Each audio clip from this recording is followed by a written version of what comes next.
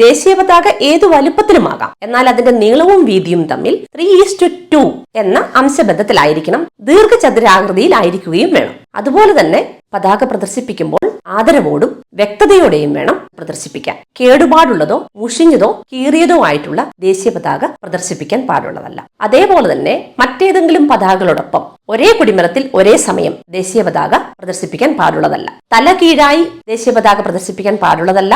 തോരണം, rosette തുടങ്ങിയ അലങ്കാര രീതിയിലും ദേശീയ പതാക പ്രദർശിപ്പിക്കാൻ പാടുള്ളതല്ല. തറയിലോ നിലത്ത് തൊടുന്ന രീതിയിലോ ദേശീയ പതാക പ്രദർശിപ്പിക്കാൻ പാടുള്ളതല്ല. പതാകയിൽ എഴുത്തു പാടില്ല.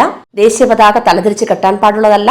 ആഘോഷം കഴിഞ്ഞതിന് ശേഷം ദേശീയ പതാകയോട് അനാദരവ് ഉണ്ടാകാത്ത വിധം വലിച്ചെറിയപ്പെടാതെ അത് കൃത്യമായി സൂക്ഷിക്കാനും ശ്രദ്ധിക്കണം. അതുപോലെ തന്നെ മറ്റു പതാകകൾ ദേശീയ പതാകയുടെ സൈഡിലോ മുകളിലോ ആയി പ്രദർശിപ്പിക്കാൻ പാടുള്ളതല്ല. ദേശീയ പതാകയോട് അനാദരവ് കാണിക്കുന്നത് 3 വർഷം വരെ തടവും പിഴയും ലഭിക്കാവുന്ന കുറ്റമാണ്.